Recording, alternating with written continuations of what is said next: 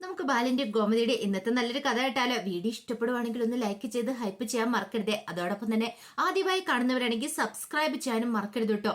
അങ്ങനെ ഒടുവില് ശ്രീദേവി വന്ന് സംസാരിക്കണം എന്നൊക്കെ പറഞ്ഞു കഴിഞ്ഞപ്പം തടയുവാണ് മിത്രയും മീനാക്ഷിയും കൂടെ. അതെ ശ്രീദേവി ചേച്ചി, ഇപ്പം ശ്രീദേവി ചേച്ചി അകത്തേക്ക് കയറി പോണ്ട, ഞങ്ങൾ അമ്മയോടൊന്ന് സംസാരിക്കട്ടെ. അതെന്താ മിത്ര അങ്ങനെ പറയണത്?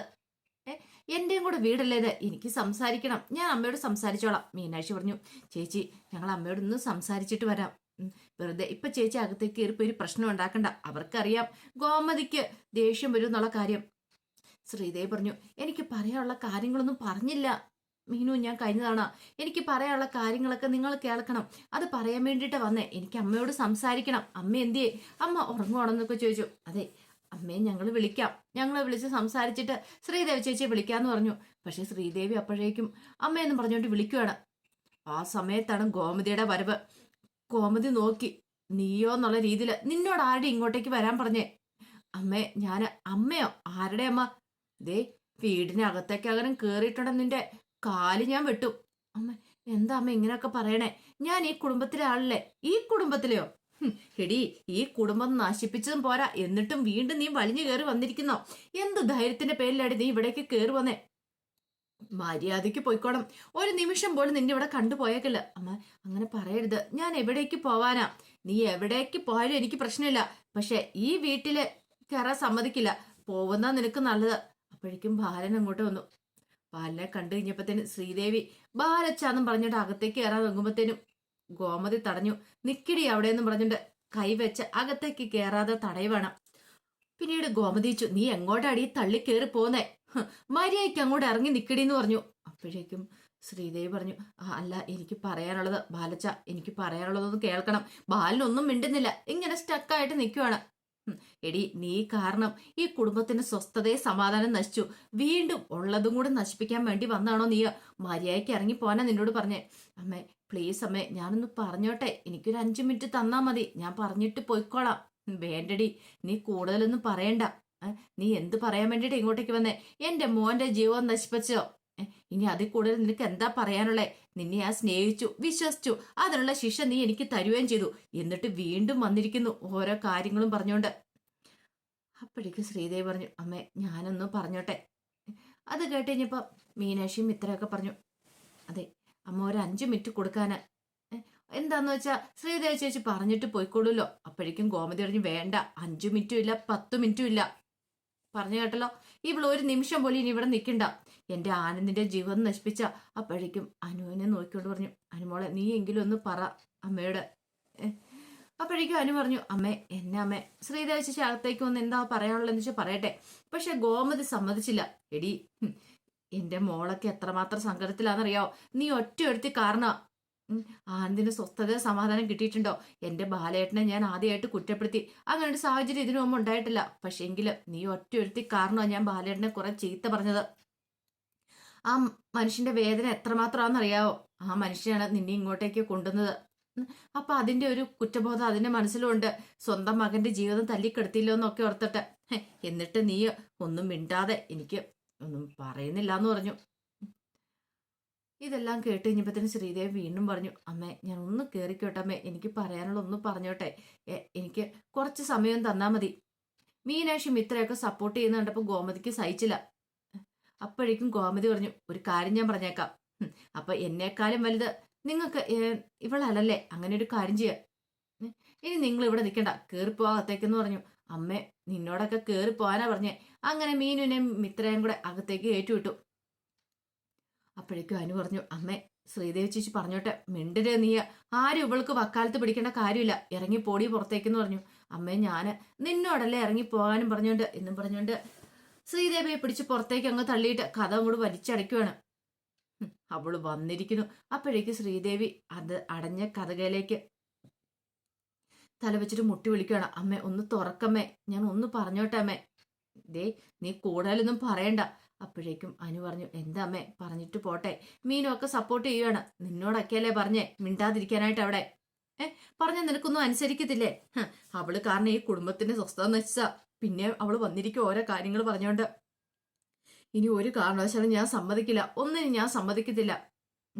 അവൾക്ക് വേണമെങ്കിൽ സത്യങ്ങളൊക്കെ ഒരു വാക്കെങ്കിലും തുറന്നു പറയായിരുന്നു. അവളത് പറഞ്ഞില്ല. പറയുമായിരുന്നെങ്കിലോ ഈ പ്രശ്നങ്ങൾ വല്ലതും ഉണ്ടാകുമായിരുന്നോ? എന്നിട്ട് അവൾ വീണ്ടും ഓരോ നാടകം കളിച്ചോണ്ട് വരുവോ? ഗോമതി അടുത്തില്ല, എന്ത് വന്നാലും അകത്തേക്ക് കേറ്റില്ലെന്ന ഒരേ നിലപാടിലായിരുന്നു ഗോമതി. പിന്നീട് ശ്രീദേവി ഓരോന്ന് പറഞ്ഞുകൊണ്ടിരിക്കുമ്പോഴത്തേനും ആനന്ദിന് ദേഷ്യം കയറി. ഇന്ന് അവള് നാടകം കളിക്കാൻ വേണ്ടി വീണ്ടും വന്നിരിക്കുക. അതും പറഞ്ഞ് ശ്രീദേവിയെ തല്ലാനായിട്ട് പുറത്തേക്ക് ഇറങ്ങി പോകാൻ തുടങ്ങുമ്പോൾ ആനന്ദിനെ കയറി ആകാശം ആനന്ദിനെ ഒക്കെ പിടിക്കുകയാണ്. ദേ ആനന്ദേട്ടാ, ആനന്ദേട്ടൻ വെറുതെ പ്രശ്നം ഉണ്ടാക്കല്ല. സ്ത്രീകളെ ഉണ്ടല്ലോ, കേസ് മാറും. പിന്നെ ആനന്ദേട്ടന് പുറത്തിറങ്ങാൻ പറ്റത്തില്ല, അറിയാലോ എന്നൊക്കെ പറഞ്ഞുകൊണ്ട് ദേഷ്യപ്പെടുവാണ്. അപ്പോഴേക്കും ഗോമതി പറഞ്ഞു, എടാ അവനെ അകത്തേക്ക് അവനും പിടിച്ചോണ്ട് പോകും, അല്ലെങ്കിൽ അവൻ ഇവിടെ വന്നിട്ടുണ്ടെ ശരിയാകത്തില്ല എന്ന് പറഞ്ഞു. ആ സമയത്തും ശ്രീദേവി ഇങ്ങനെ കരഞ്ഞോണ്ടിരിക്കുകയാണ്. അമ്മയൊന്ന് തുറക്കമ്മേന്നും പറഞ്ഞോണ്ട്. എടി നിന്നെ എന്ത് ചെയ്യണമെന്ന് എനിക്ക് നന്നായിട്ടറിയാം ബാലേട്ട, ആ ഫോൺ ഇങ്ങ് തരാൻ പറഞ്ഞു. എന്നിട്ടാ ഞാൻ കാണിച്ചു കൊടുക്കാം. ഇവളുടെ തന്തയും തള്ളയും വിളിച്ചിട്ട് ഇവളിവിടെ ഉണ്ടെന്നുള്ള കാര്യം വിളിച്ചു പറയട്ടെ. ഇവളെ വന്ന് കൂട്ടിക്കൊണ്ടു പോകാനായിട്ട് പറയാം.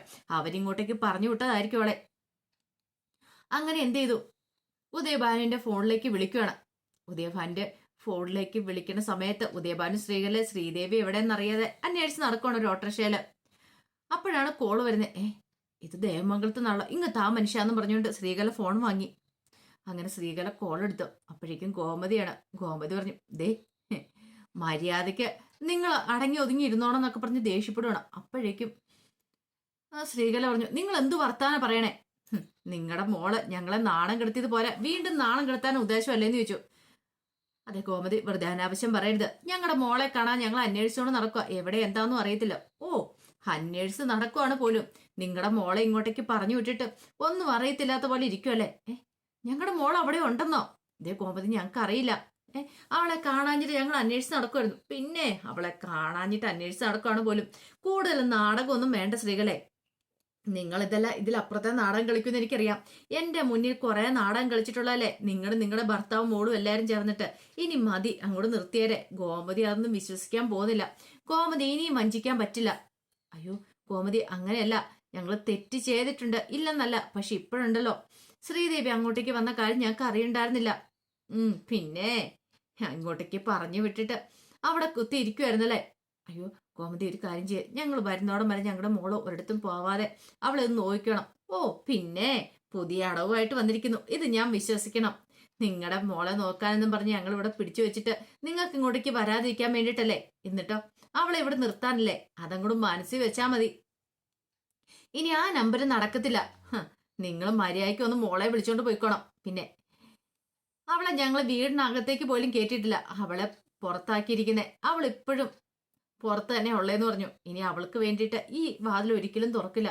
ഗോമതി, ഇങ്ങനെ കണ്ണിച്ചോരയില്ലാത്ത വർത്താനം പറയരുത്. മിണ്ടാതെ ഫോൺ വെച്ചിട്ട് പോകാനും പറഞ്ഞുകൊണ്ട് കോള് കട്ട് ചെയ്തു ഗോമതിക്ക് ദേഷ്യം അടക്കാൻ പറ്റുന്നില്ല.